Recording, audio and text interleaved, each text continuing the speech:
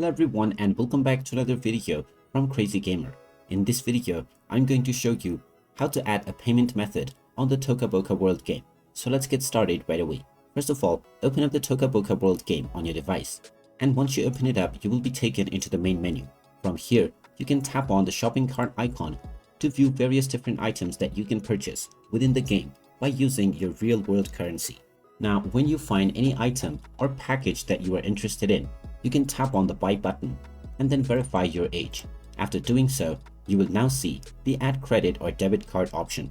You can simply click on this and you will now be asked to enter your card number. Type in your card number, and after proceeding forward with your card number, you can enter the expiration date as well as the CVV or the security code number. After entering all of these information, click on the save button and you can proceed forward with your payout.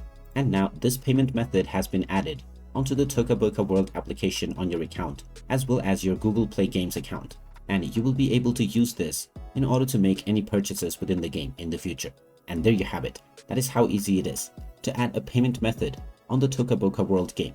If you find this video helpful, make sure you hit that like button and subscribe to our channel if you haven't done so already. Also ring that notification bell to never miss another update from us. Thank you for watching, and I will see you again in the next video.